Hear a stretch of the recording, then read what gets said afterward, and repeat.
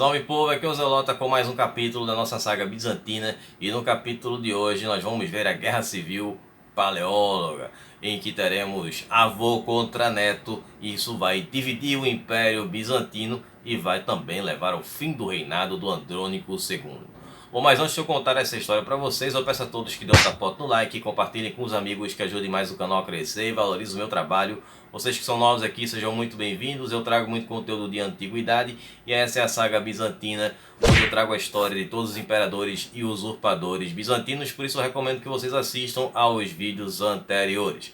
Ou vocês também podem assistir a qualquer outro dos vídeos na videoteca do Zelota, com várias sagas e mini sagas com povos do Ocidente, Oriente, África e Ásia. Me sigam no Instagram @Zelota para vocês ficarem sabendo das novidades do canal, participar das enquetes para escolher os especiais. Também tem um curta com o Zelota, que é o conteúdo extra dos vídeos que eu faço aqui do canal, lá no acampamento Zelota, que é a nossa área de membros, que vocês podem fazer parte clicando no botão azul que tem aí embaixo da tela ou no link na descrição. Vídeos todas as quartas às 20 horas com os especiais e nos sábados às 17 horas com a saga bizantina. Sempre com metodologia nada ortodoxa, com muitas imagens, muito conteúdo sem enrolação. Vamos direto à história da Guerra Civil. Bom, primeiramente vou fazer um contexto, né, de como estava o Império Bizantino ali no início do século XIV, na década de 10, né, de 1310 mais ou menos. Bom, então as coisas pareciam que estavam bem calmas por lá, né? Os catalães eles haviam se estabelecido na Grécia e a restauração do Império Latino de Constantinopla se tornou um desejo cada vez mais difícil de ser realizado e foi ficando para trás. Bom, as tensões com a igreja também foram resolvidas. E no ano de 1308, o Tomás do Épiro e também o João II Ducas, que governavam ali o despotato de Épiro, os dois faleceram e não deixaram sucessores. Então Épiro vai passar a ser um palco de uma disputa entre o Império Bizantino e Nicolau Orsínio, que era o conde da Calafônia. Bom, aí os bizantinos eles conseguiram vencer essa batalha e ficaram com uma parte do norte do despotato do Épiro, né? E essa vitória foi a última vitória do Império Bizantino na era do Andrônico II e também o último momento de paz. Bom, logo iria começar uma disputa dinástica que abalou as estruturas do Império. Bom, a sucessão imperial sempre foi ali uma preocupação que o Andrônico II teve. Da mesma forma que o pai dele, Miguel VIII, teve em manter os paleólogos no trono, foi a mesma coisa que o seu filho Andrônico II também teve. Então, em 1294, ele colocou o Miguel IX, seu filho, como co-imperador.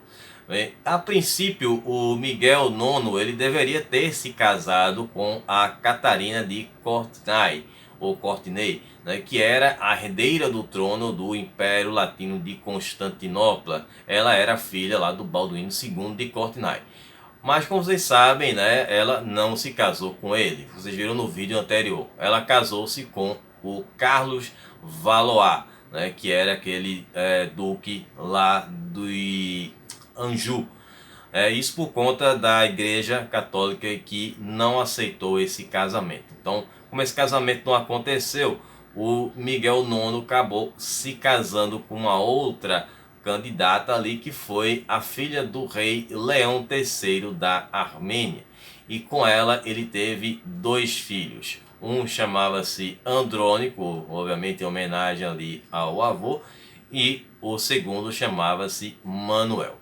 Bom, o Andrônico, que depois passaria a ser conhecido como Andrônico III, rapidamente se tornou um déspota. Já era a preocupação que o Andrônico II tinha em preparar sua linha sucessória. Então o Andrônico ele tinha pressa em fazer isso para firmar os paleólogos no trono. E isso foi já em 1316. Bom, porém ele tinha que agradar também a segunda esposa dele, que era a Irene de Monferrato, com quem ele teve 3 filhos. Só recordando rapidamente, a Irene de Monferrato, como ela tinha origem latina, então ela tinha dado aquela ideia de dividir o império entre os filhos dela com Andrônico II e os filhos que Andrônico teve do primeiro casamento. Então ela queria que o império fosse dividido entre os 3 filhos que ela teve com Andrônico II, mais o Miguel IX, que foi filho do primeiro casamento do Andrônico II. Bom, uma coisa que era inimaginável para o Império Bizantino. Então essa ideia foi descartada e como ela não foi atendida, claro que ela ficou muito chateada, até certo ponto revoltada, ela acabou se exilando em Tessalônica. Bom, o Andrônico II agora estava com 2 co-imperadores, que era o seu filho e o seu neto. Então o Andrônico III, ele vai se mostrar bastante ambicioso e também muito apressado para assumir o trono. Então ele tinha muita gente na sua frente. Então ele achou que esse momento ia chegar muito tarde e o que ele fez? Eliminar a concorrência. E aí junto com alguns apoiadores, sem querer querendo, ele acaba tirando a vida do próprio irmão dele, Miguel, que seria um concorrente ao trono. O que acabou levando o seu pai Miguel IX a um estado de choque. Ele tinha perdido ali há pouco tempo a sua filha, Ana, que o levou a falecer em 1320, né? Perdeu 2 filhos ali, muito próximo um do outro. Bom, o que deixou o Andrônico III ali como o único sucessor do trono para ali suceder o Andrônico II. Porém, o velho Andrônico ficou bastante decepcionado com a atitude do seu neto e resolveu desertar o rapaz. E aí o que ele fez foi colocar como próximo membro da linha sucessória o seu filho Constantino, que era filho dele com a Irene. Porém, ainda não é aquele Constantino que vocês estão esperando aí do final da saga. Bom, então ele acaba se tornando o primeiro na linha sucessória, o que vai levar a uma guerra civil entre os paleólogos. Bom, essa guerra estourou por vários motivos. A questão que o Andrônico II ele era extremamente impopular, estava no trono desde 1282 e tinha um reinado semelhante ao do pai dele, o Miguel VIII, e também o outro Andrônico, o Andrônico I Comeno, né, que foi uma série de catástrofes que aconteceram nesse império. Não podemos comparar com os antecessores, né, que foram os Láscaris, que reiniciaram, reconstruíram o Império Bizantino lá de Niceia, né, com o Império de Niceia. Bom, em 1320 o Império estava falido. Então, para mascarar essa decadência, o Andrônico II ele fez o que? Aumentou os impostos e criou outros impostos. E esse peso todo caiu em cima dos produtores de terra lá da Trácia e estavam bancando o império, porque nas outras partes não tinha como você mais cobrar impostos, uma vez que a Ásia Menor, como vocês viram, estava praticamente ocupada pelos turcos. Bom, a Ásia Menor tinha sido quase que toda dominada, restando apenas algumas poucas cidades em que os bizantinos as defendiam ali por trás dos muros. Mas era uma resistência muito difícil para que eles conseguissem manter esse território. Então não seria nenhuma surpresa que o Andrônico III tivesse apoio da maioria da população contra um imperador idoso, impopular e que excedia os seus poderes, tirando ali o neto, né, no caso privando o seu neto Andrônico III dos seus direitos, a sua herança. Bom, aí tivemos a guerra. Bom, o Andrônico III ele começou a costurar alianças e conseguiu o apoio de algumas pessoas importantes, né? Primeiro veio o apoio dos produtores agrícolas que estavam sendo ali explorados. Então a primeira proposta dele foi de abolir aqueles impostos criados pelo Andrônico II. E aí vão ter outros que vão apoiá-lo, como por exemplo pessoas próximas a ele, que eram o João V Cantacuzeno, o Sigianes Paleólogo e o Teodoro Sinadeno. Bom, esses aí todos eles eram nobres. No caso do João, ele era um nobre e amigo de infância do Andrônico III, e assim como o Teodoro, ele também era membro da aristocracia militar e também agrícola. Bom, e o quarto membro dessa aliança era o Aleixo Apocalco. Bom, o João e o Sigianes, eles se aproveitaram da insatisfação da população que vivia na Trácia para comandar a região e começar a formar as tropas.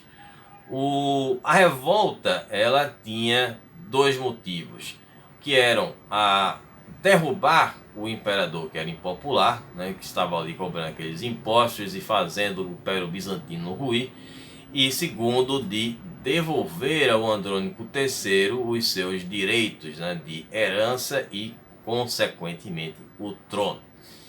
E aí Andrônico II conseguiu prender o neto, mas ele conseguiu fugir em 1321. E aí se juntou a seus partidários em Adrianópolis.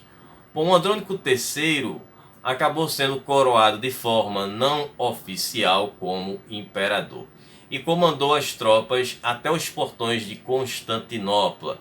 Chegando lá, o velho Andrônico II não tinha como se defender, resolveu propor um acordo que acabou sendo aceito. Então esse acordo foi assinado em 6 de julho de 1321, em que o império seria dividido em duas partes. Então cada um iria reinar uma parte do Império Bizantino.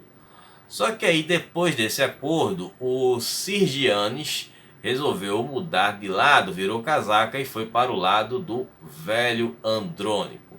Então, por quê? Porque o Andrônico III ele tinha uma preferência maior pelo João, né? Queria ter cargos importantes no reinado do Andrônico III, né? Já que era amigo de infância, era bem mais próximo. Então isso fez com que o Andrônico II ganhasse força e se encorajasse mais para poder enfrentar o neto em dezembro de 1321. Bom, essa luta armada obviamente esgotou os recursos que o Andrônico III tinha. Então ele vai contar com a ajuda justamente do João, né, que bancou do próprio bolso a contratação de mercenários para se juntar a essa liga e essa aliança que iria lutar contra o velho Andrônico. A popularidade do jovem Andrônico ela começou a crescer e cidades importantes como Tessalônica e também a ilha de Lesbos começaram a apoiar essa causa rebelde. Em julho de 1322 foi assinado o novo acordo onde os dois iriam reinar em igualdade e seria chamado de diarquia, quando o território é dividido e é reinado em igualdade entre duas pessoas. Bom, só que o velho ele era muito esperto e ele que na verdade iria reinar. Então o que ele fez? Ele mandou o Andrônico III para Didymoteico, que era uma cidade que ficava lá na Grécia. Só por uma questão de curiosidade, o significado dessa cidade, o nome dessa cidade em grego, seria Muralhas Gêmeas. Bom, nessa cidade o Andrônico III ficou responsável pela defesa do território bizantino contra os búlgaros. Os búlgaros que haviam voltado com tudo, eles tinham tomado a cidade de Fililópolis, né, que é a atual cidade de Plovdiv, e ameaçavam também tomar Adrianópolis, que é uma cidade também importante, mas eles acabaram sendo derrotados pelo Andrônico III, que invadiu o território búlgaro e deixou um general dele responsável por comandar a campanha para retomar Fililópolis. Bom, nesse tempo, o Andrônico III recebeu a garantia de que era o sucessor do avô. E aí ele vai ser coroado em 1325. Mas essa nova paz foi feita porque existiam ameaças mais perigosas por trás. Bom, depois dessa guerra civil e essa divisão do império, as coisas foram ficando cada vez piores. Bom, desesperado com ataques dos turcos, o Andrônico II ele vai chamar o Aleixo Filantropeno para enfrentar os inimigos que sitiavam a Filadélfia, no caso a cidade de Filadélfia, ficava lá na Frígia. Bom, apesar da idade avançada que o Aleixo tinha, não nem conseguia mais enxergar bem, ele comandou as tropas bizantinas e eles conseguiram derrotar os invasores turcos. Só que um novo ataque foi feito pelos turcos, dessa vez pelo mar Egeu, e essa frota turca não foi repelida pelo velho Aleixo, que não conseguiu derrotá-los. Bom, mais para o lado do ocidente, o Andrônico III conseguiu fazer um acordo de paz com os búlgaros. Teria um problema a menos. Ele fez um acordo com o czar Miguel III Acém da Bulgária, que se casou com a Teodora. Teodora era viúva do antecessor do Miguel III e ela também era filha do Miguel IX. E aí, em 1326, os otomanos aproveitaram-se de toda essa confusão e tomaram a cidade de Bruça.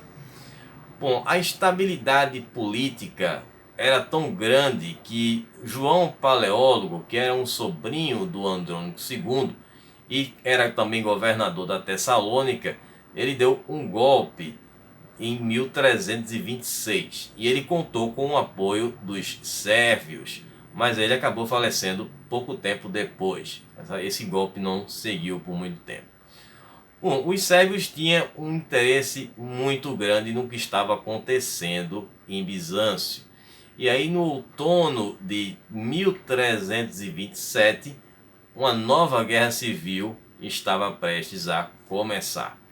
Bom, em maio desse ano, o Andrônico III ele fez uma aliança com o seu cunhado, né, o Miguel III Acém, né, o rei dos búlgaros, lá, o czar, o Khan búlgaro. E nesse tratado consistia no seguinte: os búlgaros e os sérvios estavam também em guerra. Então ele fez a seguinte proposta: de ajudar os búlgaros contra os sérvios. Em contrapartida, os búlgaros ajudariam o Andrônico III a derrubar o seu avô. Bom, em contrapartida a essa aliança do Andrônico III, o Andrônico II se aliou com os sérvios e a proposta foi a mesma: ajudar os sérvios na luta deles contra os búlgaros para que eles o apoiassem contra o seu neto, o Andrônico III.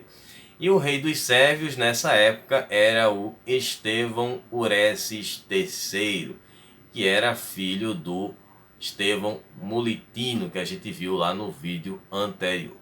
Bom, aí tivemos essa guerra aí de avô contra neto, sérvios contra búlgaros. E aí teve início a essa terceira guerra civil, né, que começou mais com a cara de Guerra Fria do que uma guerra de fato de irem para campo de batalha. O Andrônico II insistia em não reconhecer o neto como seu sucessor. E o Andrônico III continuava aumentando a popularidade que ele tinha. Bom, em junho de 1328, Tessalônica e boa parte da Macedônia bizantina foi atacada, mas os sérvios não fizeram nada. Então Andrônico viu que apostou no cavalo errado e tentou se aproximar dos búlgaros, que tinham feito aquele acordo com o neto dele, né, para que eles cancelassem esse acordo com Andrônico III. E aí o que aconteceu foi que o Andrônico III agora teve que enfrentar os búlgaros. Então ele bloqueou a passagem dos búlgaros e convenceu novamente seu cunhado a recuar, né? E esse era o último apoio que o Andrônico II teve para defender o trono. E aí, em 23 de maio de 1328, o Andrônico III ele chega acompanhado com apenas 800 homens em Constantinopla. Ele consegue entrar na cidade com o apoio de seus partidários. O Andrônico III depois o avô do trono, mas sem violência. O velho já estava quase cego e se retirou do trono, se tornando um monge, e assumiu o nome de Antônio. Em 1330, Andrônico II foi viver em um mosteiro, onde veio a falecer em 13 de fevereiro de 1332, lá em Monte Athos. E ele tinha 72 anos de idade. Foi o imperador que teve um dos mais longínquos reinados aí do Império Bizantino e finalmente encerramos a história dele. Foram 5 vídeos aí desse longo reinado do Andrônico II. Bom, espero que vocês tenham gostado, que vocês tenham entendido. Estarei retornando na próxima quarta-feira e vamos ver a segunda parte da história dos Ávaros. No sábado que vem, vamos ver como foi o reinado do Andrônico III. Vamos ver um pouco da juventude dele. Claro que algumas partes a gente vai pular porque a gente já viu aqui, beleza? E para quem é membro do acampamento Zelota, já está disponível o vídeo sobre o legado que o Andrônico II deixou no lado cultural, a única coisa positiva que ele fez no reinado dele. Então vou ficar por aqui, um abraço do Zelota, até quarta, falou pessoal.